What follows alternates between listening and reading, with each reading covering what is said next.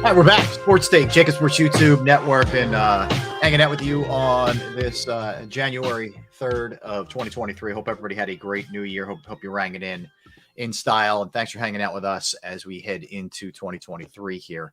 So a couple things. Let me just, last thing I'm going to say, at least for right now, on the situation that we've been talking about from last night.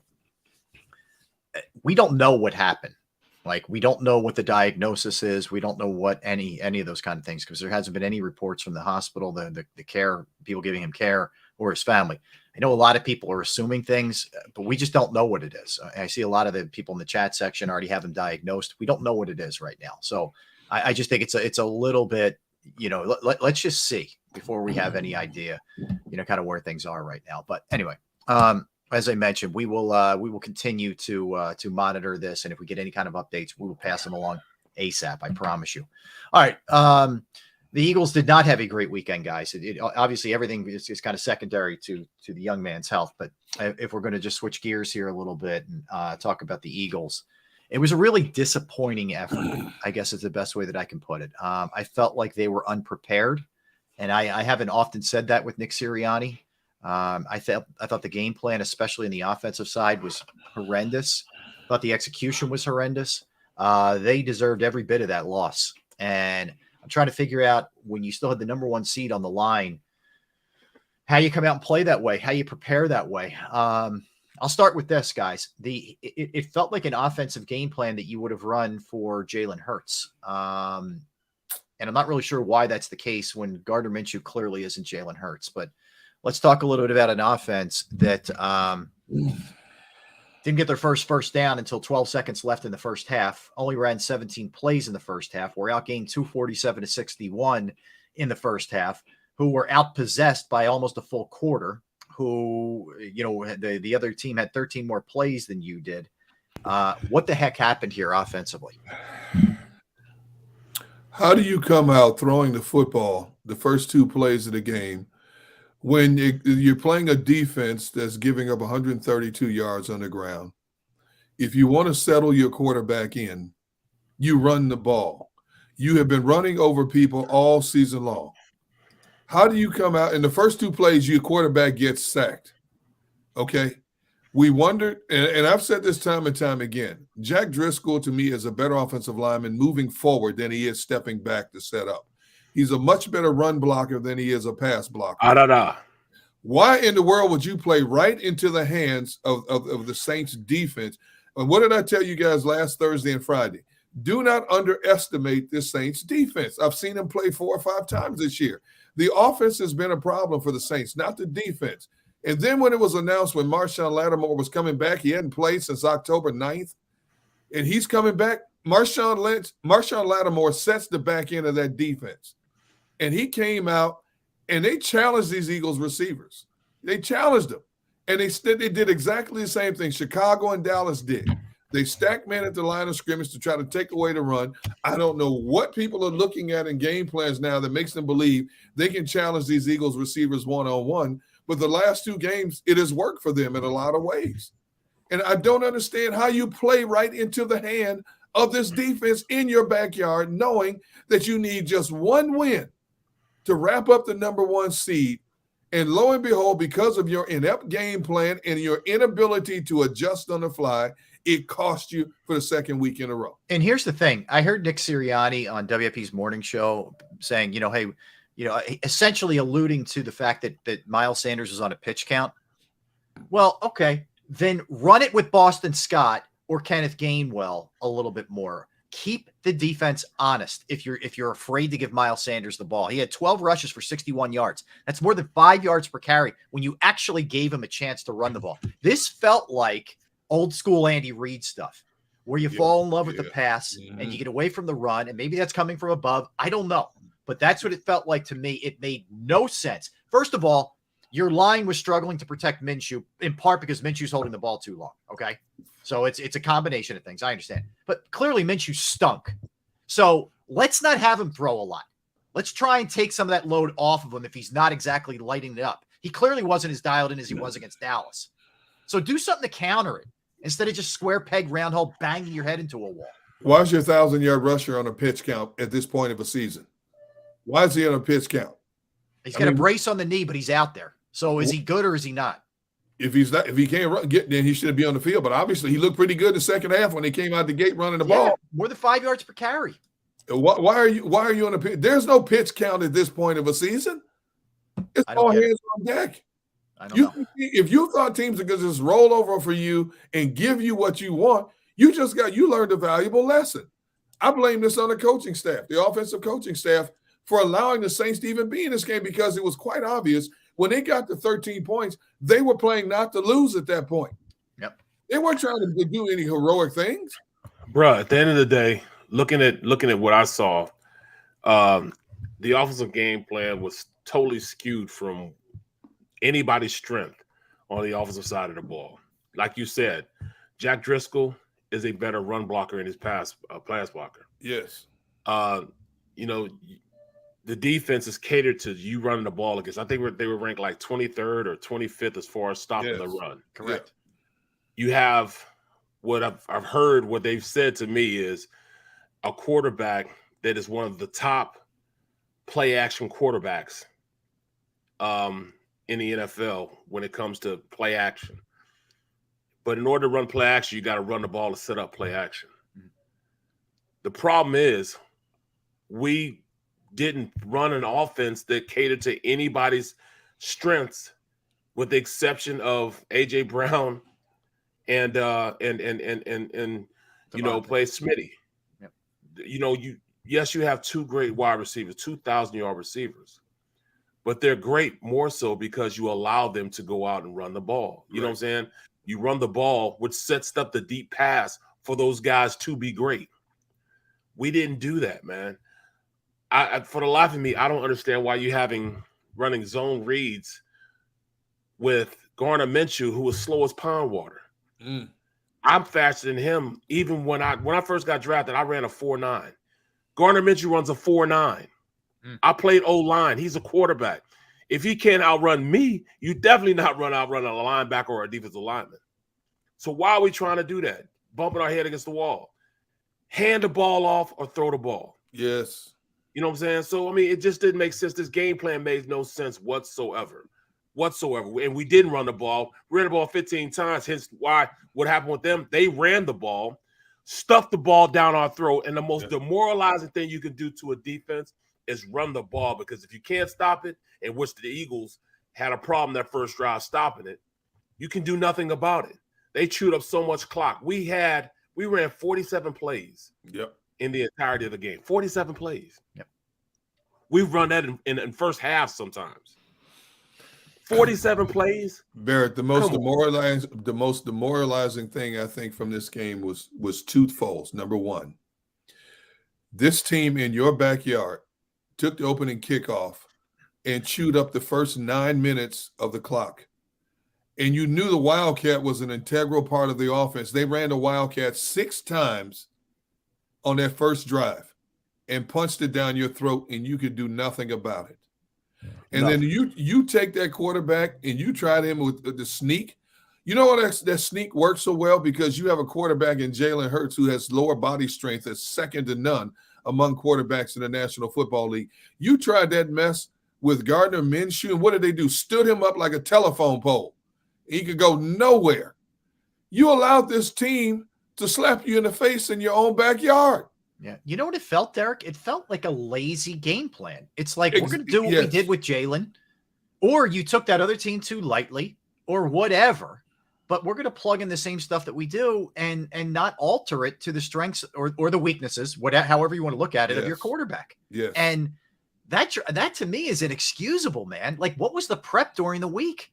And you know, we went through this for the last 2 weeks. Hey, they're going to be okay, and don't show too much to the Cowboys, or don't show too much to the Saints. You might play the Cowboys again in the playoffs. You got to win games, man. Now you're in a situation where it comes down to this last game, and believe me, you do not want to end up that 5 seed going on the road for every game and taking on the OG who flipped a switch on Sunday and just went into like 15 years ago Brady beast mode. You don't want that. Okay, you got to win this game now. I said it before the Dallas game. My biggest fear was them going into this Giants game and needing this game There was significance in this game. And now you got to put your frontline players in a game where you should be resting players who are nicked up. You can't afford not to play them now because Brian Daboll has already said, come out and said, hey, even though we can't move position-wise, we're number 6 seed, we're playing our starters. Mm-hmm. We got to get ready for the playoffs.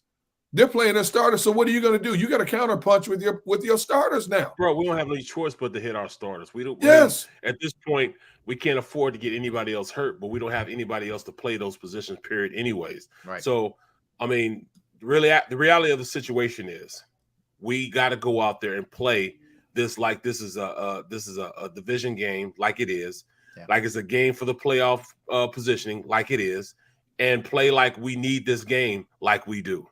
So we gotta play at a high level, man. We got and number one, we got to get back into playing Eagles football. Right now, is we're playing as though we never jumped on a football field before. We don't have Eagles caliber football being played right now, and that's the problem. We got to get back to basics. We got to get back to what we do best, and that's playing basic, fundamental, hard-nosed football. Barrett, let me ask you that sequence where they had 3 false starts in one series, and I think they had 5 altogether for the game. What I mean, is that concentration? Is it not used to Minshew's cadence? Like, what? How does that happen? It's a little bit of both. Like, number one, Minshew was kind of Minshew was kind of screwed up. He was looking screwy out there. He didn't look focused. He didn't look like he was ready to play. And then the jumping offside stuff like that's just guys just having a mental lapse. What made this team a great team is their mental toughness and their mental they were mentally into the game. They were strict about making sure they crossed in their T's and dotted their I's. That's what made them a great team. I used to say that stuff so much because that's what they did. They played fundamental football, hit you in the mouth. And I think it got lost in the transition with Jalen Hurts being that guy because he wasn't giving them – he was giving the message. I totally admit it. I would assume that he was giving the message, but he wasn't starting. He wasn't out there playing. So the message probably got diluted a little bit simply because he wasn't playing. Once he gets back on the field and becomes that starter again and out there playing, I think the message will be more foundational like it was before now. You know what I'm saying? It's hard to, have somebody cheerleading from the sideline. Usually you need to have somebody on the field that's out, that's out there actively producing to have that message be more received by the team. But here's what worries me the most now, Barrett. You lost Josh Sweat on a fluke play to a head injury, taken to a hospital. Now, luckily, he was released from the hospital a few hours later. You don't know what kind of situation he's in. We haven't got an update on that yet, number one. Number two, you got a Giants team coming in here that fully remembers how you embarrassed them in their backyard just a few weeks ago. You don't think they're going to be bowing up for this game? There's going to be all kind of extracurricular stuff in this game. Fluke injuries happen, man. You can't afford. We've lost players at some of the most key positions you can lose. Your Pro Bowl right tackle, one of the best slot corners in the game, and your safety, your number one safety is not back yet. We don't know if he's coming back this week, okay? And this game has big ramifications still for the Eagles, more so for the Eagles than the Giants, but the Giants because this is a pride thing now, okay? So if the Eagles can get on top of this team and get the starters out of there by the fourth quarter, I don't expect this game to be a blowout like that first meeting was. No. You think Wink Martindale and Brian Daboll are not yelling at his players about, okay, hey, do you remember what they did to us a few weeks ago? We're playing to prepare ourselves. We're ready. We're playing to shock the world. We already shocked the world. We took a 4-win team, basically the same nucleus from a year ago, and we won 9 games and got in the playoffs. Nobody on the planet, no expert on the planet, when we started talking about potential playoff teams back in August and September, had the New York Giants as one of those potential playoff teams because they had a whole new coaching staff and yet the same roster. And lo and behold, here we sit. This is a 9-win team, and they have what do they have to lose? What do they have to lose no matter how long they stay in the playoff? Nobody expected us to be here. Let's keep going out and shocking the world. Yeah. No, we've seen it happen in the past. Teams come from out of nowhere and start upsetting the apple cart in a lot of ways. I'm with you. Like the thing I am worried about the way they're playing, period. But I'm really concerned because they sidestep these landmines all year. But Lane Johnson, Avonte Maddox, CJ Gardner-Johnson, we'll see about Sweat. I know he tweeted out, hey, I'll play this year. And that's awesome. I'm glad he's where he's at. He's out of the hospital and all that. That's awesome. But these are big time injuries. These aren't little things. You see what the difference is with Josiah Scott. I know he had a pick, to his credit. He did. But the difference between Avonte Maddox and Josiah Scott is big. The fall off from Lane Johnson to Driscoll is massive. Okay. It's just massive. So these are big pieces that are missing for this team. And we don't know. Like, we're assuming we don't even know if Jalen's playing this week, by the way, number one, right? Number two, if he does, we just assume that he's going to be like not missing a beat. And I think that he's a great player. I'm not saying that, but man, he's been off for a little while with a shoulder injury. It's a quarterback. It's his right arm. So like, there's a lot that we don't know right now. We don't know if CJ Gardner-Johnson is going to play in the playoffs. A lacerated kidney is no joke. Hey, didn't a guy named Andrew Luck have one of those, a lacerated kidney? Yeah. How long was he out? It's concerning, man. It's concerning. Okay. They're not playing their best football at the really wrong time. Like, for example, San Francisco's out of their mind. I know they survived a game they probably should have not. It shouldn't have been that close, but nonetheless, they're playing unbelievable right now. Even the lower dangerous teams. Green Bay's hot. The Green Bay's hot right now. Where did they get a defense all of a sudden? I don't know. Yeah, all of a sudden it's the defense we thought they might have in the beginning of the year, but they're and the young kids and Rodgers are bonding now. Like, there's a lot happening. And we talk about how the special teams is integral in playoff football. That kid from Green Bay that came in here almost took two back. He caught the ball 5, 6, 7 yards in the end zone and came out against the Eagles special teams. Yep. What did he do yesterday against Minnesota? Took one back 105 yards. 5. Yep. He leads the NFL in return yards. See, all of this stuff plays into factors now. Yeah. All of a sudden, Green Bay has a defense, and Rodgers' thumb is starting to heal. You see the throws he made yesterday? Yeah. Compared to what we had to watch most of the season? Well, here's what I would say. Like, momentum can be flipped really quickly if your quarterback comes back. Like, that can change this thing dramatically if he's right. And they didn't exactly, sprint to the finish in 2017 either. If you remember the regular season, it was sketchy at the end. So you can flip this thing, but they need to play a really clean, good game on both sides of the ball this week. And they haven't done it in a while. Even if you go back to the Bears game, when Jalen got hurt, they survived the Bears game. Yeah, they did. More than won the Bears game. They did. So it's been a while. And they need to – this is where Sirianni – they haven't had a lot of adversity this year. This is where Sirianni and the coaches got to really dig in and figure this out. Whether it's the week of prep, because clearly they stunk too, the coaches. They got to figure this thing out, and the players need to start playing better. They're for the guys who were on the field, they got to be better. You can't have false starts from Jason Kelsey. You can't have Mailata sleepwalking through certain plays. The other side of the ball too. Like, you just can't have some of the things that are happening. Like, I'll tell you the other thing. Slay and Bradbury haven't been very good in a while. No, okay? I don't get that. I don't get that at all. And I we'll get to the defense in a minute, but credit to the defensive line. They just keep getting to the quarterback. That's awesome. But stop the run better early. Whatever. Not only Everybody's that, got Rob. to be better. Not only that, Rob, but here's another thing that shocked me. Nobody could cover the Saints tight end. Yeah. Tight ends running free over the middle of the field. Nobody could cover Olave. Are you kidding me? Where's this pass coverage that we've watched? But the last 3 or 4 weeks, it's like they've been sleepwalking. I mean, I don't understand what's going on here. We kept complimenting them all year and saying, man, they show up every week. Like, other teams take games off and blah, blah, blah, Eagles don't. If maybe they couldn't stay at that fever pitch the whole year, and they've come down a little bit, man. You just wonder about this. JB, when we're floundering last season, we started pounding the rock. Exactly. Pounding themselves in the playoffs, could win the Super Bowl. I agree with that. Like, sometimes, okay, I get it. You don't necessarily want to win this way, but when Minshew's your quarterback, maybe that's what you have to do. So get back to that team that was rushing for like 250 yards per game. It felt like earlier in the year. You got to get back to that. It's frustrating to me that if this game plan was really bad, I just don't know, and I don't know where it's coming from.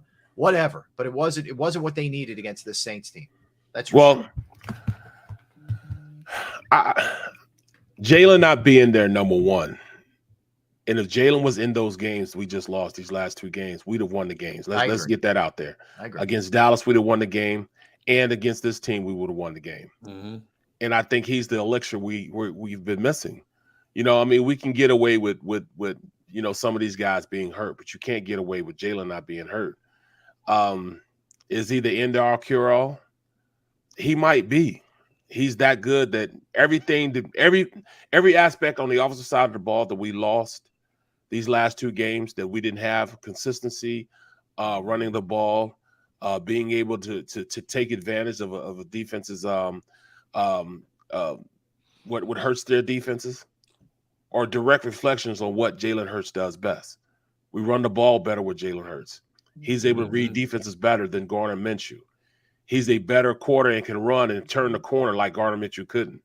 He can evade the pass rush like Gardner Minshew couldn't. So all those things that we didn't have, Jalen Hurts will be able to do. So that's the difference between what we've been seeing. That's why I'm not on the bandwagon and just saying, all right, this team is well. It also has a twofold type of reaction, because the reason why the defense is playing so much and they can't get out is because they're having too many reps anyways, because Jalen keeps the defense, the offense on the field longer, which keeps the defense off the field, which gives them numbers. Their numbers are skewed because they don't have a lot of reps. The way you beat this Eagles team is to control the clock. That's right. Keep your offense on the field. Yeah, it's keep away. That's right. Yes, that's what you do. Exactly right. When you keep Jalen Hurts off the field, he can't score. So if he can't score, you win the game. So that's the game plan that teams are using against us. And now, you know what? He's coming back, and he will make things happen now. And guess what, Barrett? The Giants have the type of offense that can keep opposing offenses off the field. Daniel Jones is going to run the ball. Saquon is going to get his touches. Do you see the short passing game the Giants have now?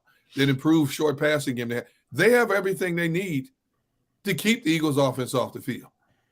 You know, and the way the Eagles defense has been playing, now they played a whole lot better in the second half than they did that first half, but you're allowing teams to think that they can stay on the field with you. Right. That's the part of the psychology of playing this game.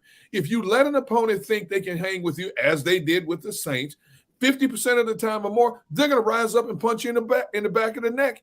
And lo and behold, you're going to be up looking at an L instead of a W. I just, and there's little there's a little attention to detail things. I know some of this is the result of a backup quarterback who wasn't played a ton, right? I understand.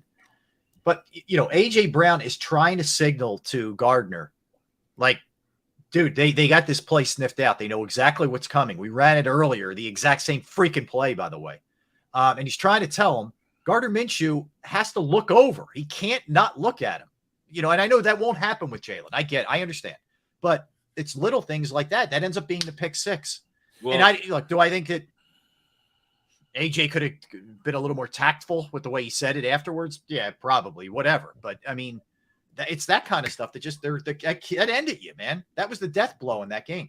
And you can't allow yourself to go out and play the way they were playing, in the aspect that his ability to read defenses. And that became a major flaw in his game that I didn't, when looking at the film, I didn't really necessarily see him not being able to do that. I don't know. I guess he's never had to. But to me, if his receiver's not open, he's not going to throw it to him. I was so shocked to see him back shoulder throw to AJ Brown on that on the touchdown play. I was like, man, that's a nice throw. Yeah. But the throw was kind of late, which brought AJ Brown back to the ball over the back shoulder. So it was actually a bad pass. He underthrew him, but I'm glad he did on the throw. Yeah, he adjusted. AJ adjusted well. Yeah, adjusted very well to catch it. So I saw a couple flaws and watched the film in Minshew that kind of had me thinking, all right, this Minshew mania may not be as mania as we think it to be. Yeah. He's very, very human in how he runs this offense when you don't cater to his skill set. And what's his skill set? His skill set is being able to run play action. Well, hell, that's every quarterback. Dak Prescott's a monster when you run and play action because, it gives you a little cushion. It defines things a little better when it's play action. I don't know how well Minshew can read things. I mean, he might be one of those guys you have to, have him go out and throw timing routes. You know what I'm saying? All right, you're supposed to be here. You run the route. You there. I'm going to throw the ball before it comes. Yeah. Hopefully you'll be right there. But that becomes dangerous throughout the times when you get better teams. Better teams means better when you're in the playoffs, you're playing against better teams. Better teams mean you got better guys you're throwing against. You notice how all these Minshew Mania fans have turned on him now since the Jets game. Did you see social media light up after the Eagles game on Sunday about how people want to run Minshew out of town now because of that performance? But everybody, including us, we all felt after what he put up against Dallas, 355 yards, he had more than enough capability of doing this Saints team in. And he does. But he didn't live up to the expectation. He didn't show it. He didn't show it one bit. No, he didn't get help from But not only that, your defense allowed Andy Dalton to go 13 for 13. His only incompletion was a pick by Josiah Scott in the first half. Yep. Right. The dude was 13 out of 14, and because of a bad read was his only reason for not probably having a perfect first half against what is considered one of the best defenses in the National Football League. Yeah. Where that defense was the first 30 minutes, still can't figure that out to save my life as I rewatched the first half of that game. Right. I'm still looking at tight ends running for – who is Jawan Johnson? Who the heck is he? He's a converted receiver. He's a South Jersey kid, a converted receiver, and who's now a tight end who ate the Eagles' lunch. That's who he is. Yeah, I hear you, Derek. And Chris Olave playing with a bad hamstring, running all over the field on this team? Yep. Yeah. Let's dig into the defense when we get back. Let's do that. Hey, by the way, this is pretty cool. So, Damar's charity, Damar Hamlin's charity, Chasing M's Foundation Toy Drive is now up to $4.19 million. That's awesome. That's awesome. Talk about people just rallying, man. That's awesome. So I love to hear it. And by the way, very classy move by I think all of the teams, but I know the Eagles for sure. They canceled the coordinators meeting with the media today out of respect for Damar and his situation, as to not distract and just let's not do anything today. Let's just think about him. So good work out of those guys. All right, let's come back. We'll go. Look, there's the good and the bad with the defense. And Derek hinted on some of the bad for sure. We'll get into some of that and the good as well. We'll continue to talk about the Eagles. If we get any kind of update on Damar Hamlin, we'll pass that along as well. But as of right now at 1:07 Eastern, there isn't anything right now. So we'll pass that along if we get it. All right, Derek Gunn, Barrett Brooks, Rob Ellis. We're Sports Take, JAKIB Sports YouTube Network. I want to tell you right now about Pro Action Restoration. Yes, whether you have a home, you have a business, property that you may own, if you've gone through fire or water or smoke or mold damage, you know how awful it is, right? And sometimes you may not know the right people to reach out to. Well, I have the right people, and that's Pro Action Restoration. And the beauty is they're on call 24 hours, 7 days a week to assist. I know this because I called them on a Saturday. They got right out to my parents' house. They fixed the problem. They cleaned it up. The price was right. The crew was professional. It was an amazing experience, and it was a big relief for everybody involved. I can tell you that. They are licensed, bonded, and fully insured. They've been serving the tri-state area for more than 2 decades. Pro Action will work in conjunction with your insurance company. So again, water, fire, smoke damage, mold remediation, you name it, they can handle it. Give them a call, 610-623-3760, 610-623-3760, or online at proactionrestoration.com. That's proactionrestoration.com.